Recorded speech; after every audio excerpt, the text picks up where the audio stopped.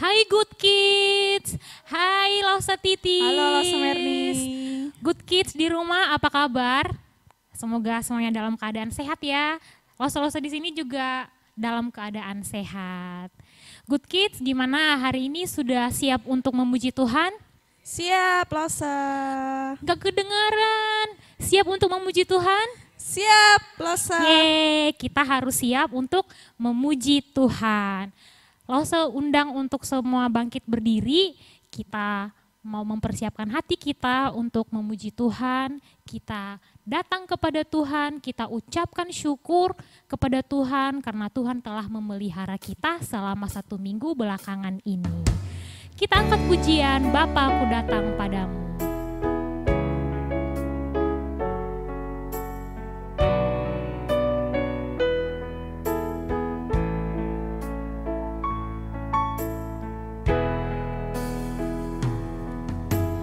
Bapa-Ku datang padamu, naikkan ucapan syukur atas kasih anugerah-Mu yang indah setiap hari. Pagi hari, siang hari, sore dan malam hari, tak hentinya mengucap syukur atas kebaikan-Mu.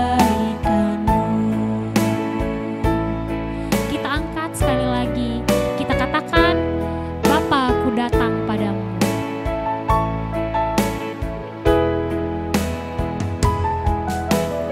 Bapa-Ku datang padamu, naikkan ucapan syukur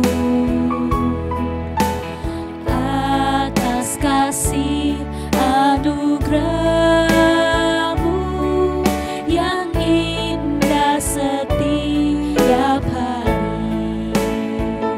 Pagi hari, Pagi hari, siang hari, sore dan malam hari, tak hentinya mengucap syukur atas kebaikan-Mu. pagi hari, Pagi hari, siang hari, sore dan malam hari, tak hentinya mengucap syukur atas kebaikan-Mu.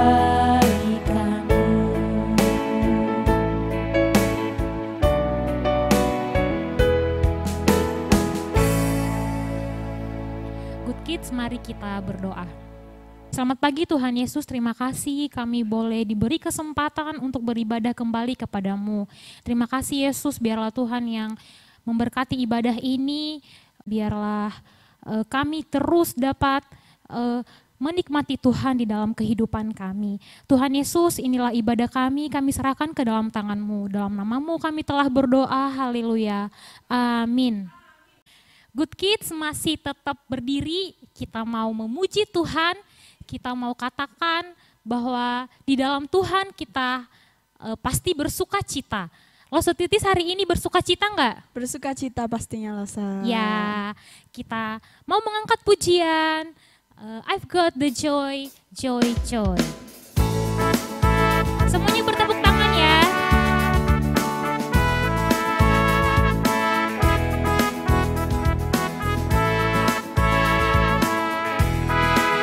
I've got the joy, joy, joy, joy down in my heart.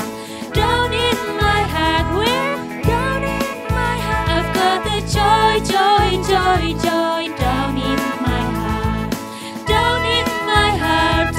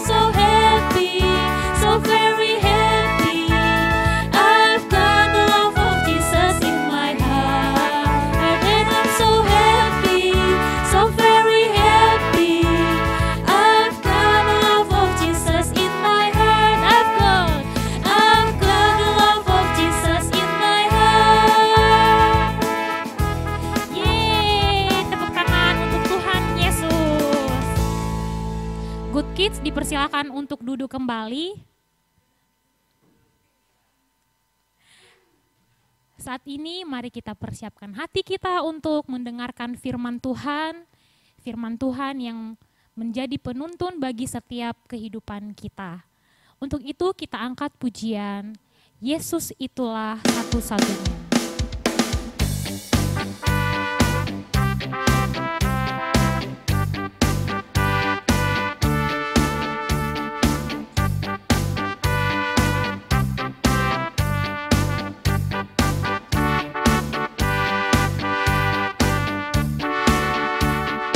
Yesus itulah satu-satunya penolongku yang sungguh. Dia berjanji akan kembali angkat kita semua. Oh, haleluya, puji Tuhan, upahmu besar di surga. Oh, haleluya, puji Tuhan, upahmu besar di surga. Kita katakan Yesus itulah satu-satunya. Yesus itulah satu-satunya penolongku yang sungguh. Dia berjanji akan kembali angkat kita semua.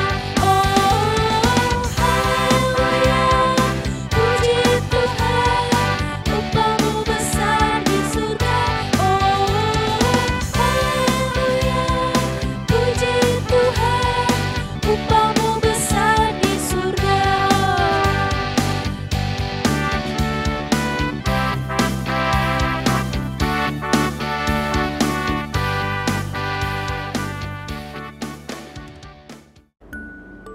Shalom anak-anak, bertemu lagi dengan Lause.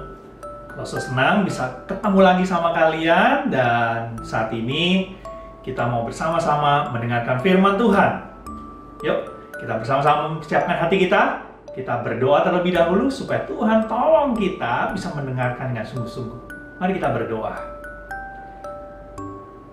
Tuhan, kembali kami datang kepadamu dan saat ini Tuhan waktu kami untuk mendengarkan firman-Mu. Tolonglah kami semua, biarlah setiap kami boleh sungguh-sungguh mendengarkan firman-Mu. Kami tidak terganggu dengan hal-hal yang ada di sekeliling kami. Tuhan tolong kami supaya kami boleh fokus, sehingga kami boleh tahu firman-Mu dan kami dapat melakukannya. Kami mau menyerahkan waktu ini ke dalam tangan-Mu, di dalam nama Tuhan Yesus kami berdoa. Amin. Anak-anak, selama 4 minggu kemarin, kita bersama-sama mendengarkan firman Tuhan, belajar bahwa kita harus mendengarkan Tuhan. Betul ya? Bahwa Tuhan berbicara kepada setiap kita dengan berbagai macam cara. Dan tentu saja salah satunya adalah melalui Alkitab. Lose juga minggu yang lalu mendorong kalian untuk bisa membaca Alkitab. Tapi ada nggak sih di antara kalian yang berpikir seperti ini? Lose, kenapa sih saya harus baca Alkitab? Kenapa harus Alkitab? Kenapa saya harus percaya sama Alkitab? Kenapa sih kita orang Kristen itu bacanya Alkitab? Kita percaya sama Alkitab. Nah, anak-anak, selama beberapa minggu depan kita akan berbicara tentang Alkitab, firman Tuhan. Anak-anak, menurut kalian Alkitab ini setuju nggak kalau dikatakan berisi firman Tuhan? Setuju? Setuju ya? Ya, mungkin kalian ya setuju, betul. Alkitab berisi firman Tuhan. Ya, Alkitab berisi firman Tuhan. Tetapi kalimat Alkitab berisi firman Tuhan itu hanya tepat sebagian. Loh, kalau bukan berisi firman Tuhan terus apa dong? Alkitab adalah firman Tuhan. Apa bedanya? Beda, ya.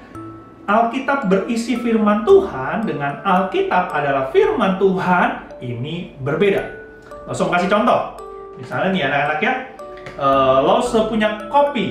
Nah, kopi susu ini. Lalu Lause menuangkan kopi susu ini ke dalam gelas, ya.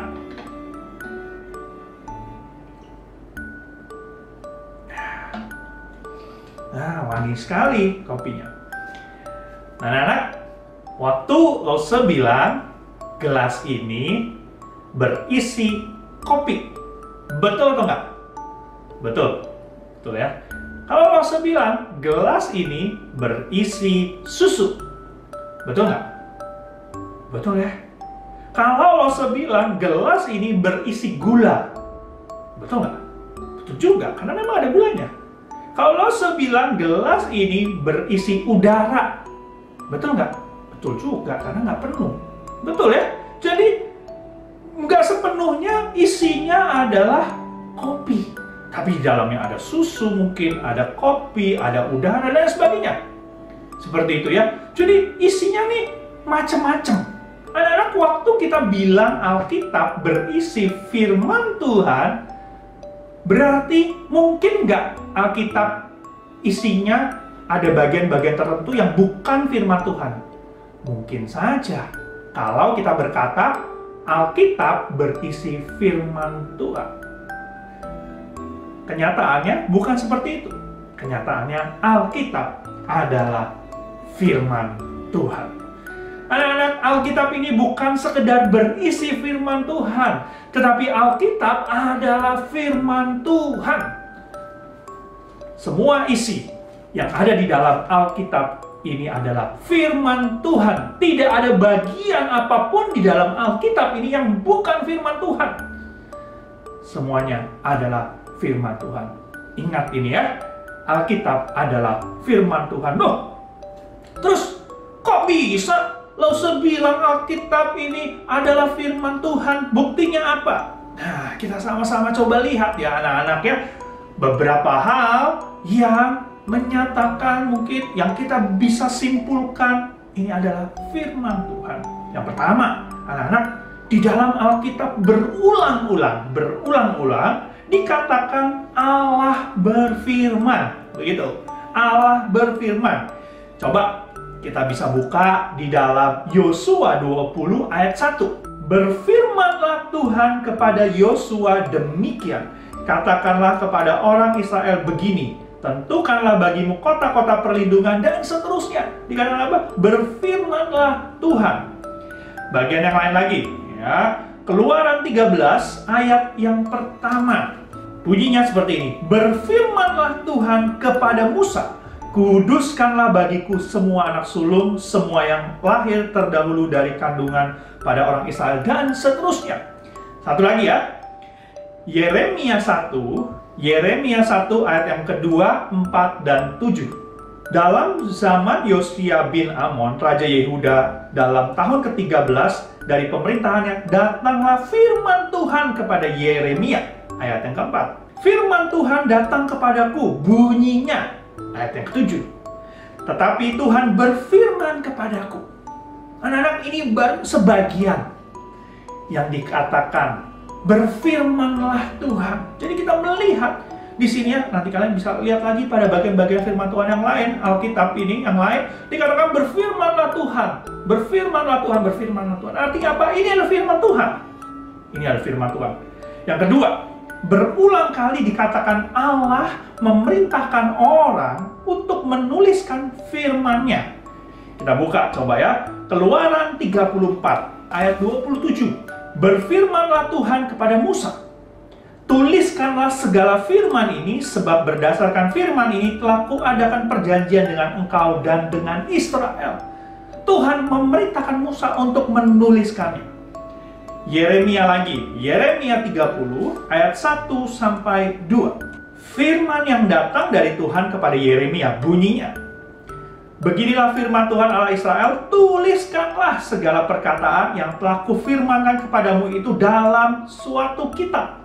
Tuhan memerintahkan Yeremia untuk menuliskan.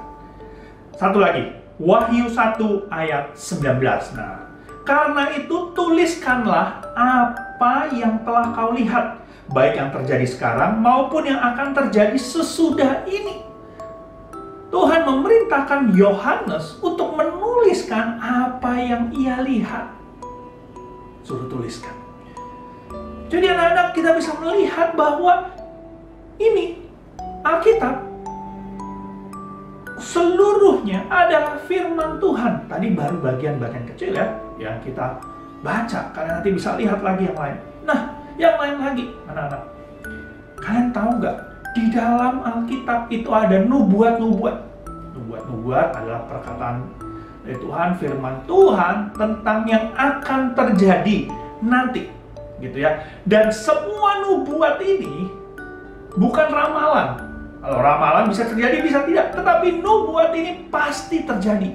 Dan semua yang dinubuatkan di dalam Alkitab terjadi nggak? Terjadi. Terjadi anak-anak. Dan ada yang memang belum terjadi. Belum terjadi. Bukan tidak terjadi. Tetapi belum terjadi. Contohnya misalnya di dalam Mika 5 ayat yang pertama. Tetapi engkau, hai Bethlehem Efrata, hai yang terkecil di antara kaum-kaum Yehuda, daripadamu akan bangkit bagiku seorang yang akan memerintah Israel. Siapa yang dimaksud ini adalah Tuhan Yesus. Jadi di dalam perjanjian lama, itu banyak nubuat-nubuat tentang kedatangan Tuhan Yesus sebagai juru selamat, sebagai Mesias. Jelas sekali, Mika ini menulisnya ya anak-anak ya, 700 tahun sebelum kelahiran Tuhan Yesus. Coba bayangkan, 700 tahun sebelum kelahiran Tuhan Yesus, Mika bisa menuliskan tepat bahwa juru selamat itu, raja itu akan lahir di Bethlehem. 700 loh tahun sebelum. Coba kalian, mungkin kamu ya, 700 tahun lagi, bisa nggak bayangin apa yang terjadi? Nggak bisa ya. Mika kok bisa nulis begini dari mana? Tentu saja dari Tuhan. Karena ini adalah firman Tuhan. Firman Tuhan yang disampaikan melalui Mika. Yang dia tuliskan. Terjadi. Yang lain lagi. Yesaya 53 ayat 3 sampai dengan yang ke-7. Ia dihina dan dihindari orang. Seseorang yang penuh kesengsaraan dan yang biasa menderita kesakitan. Ia sangat dihina sehingga orang menutup mukanya terhadap dia. Dan bagi kita pun dia tidak masuk hitungan. Dan seterusnya. Lalu di ayat yang ke-9. Orang menempatkan kuburnya di antara orang-orang fasik. Dan dalam matinya ia ada di antara penjahat-penjahat. Sekalipun ia tidak berbuat kekerasan. Dan tipu tidak ada dalam mulutnya. Menggambarkan siapa? Tuhan Yesus. Saat kapan? Saat Tuhan Yesus disalib. Ini dituliskan oleh Yesaya. Dia belum tahu nanti apa yang akan terjadi. Kok tapi bisa menuliskan dengan tepat? Kok bisa? Karena Tuhan yang menyampaikan, Tuhan yang memfirmankan kepada Yesaya, dan Yesaya menuliskannya.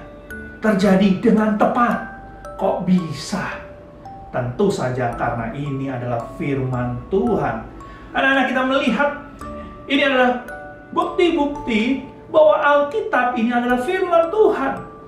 Bukan hanya sebagian berisi firman Tuhan, tapi seluruhnya adalah firman Tuhan. Bukti yang lain, kalian tahu 66 kitab ya. Alkitab kita berisi 66 kitab.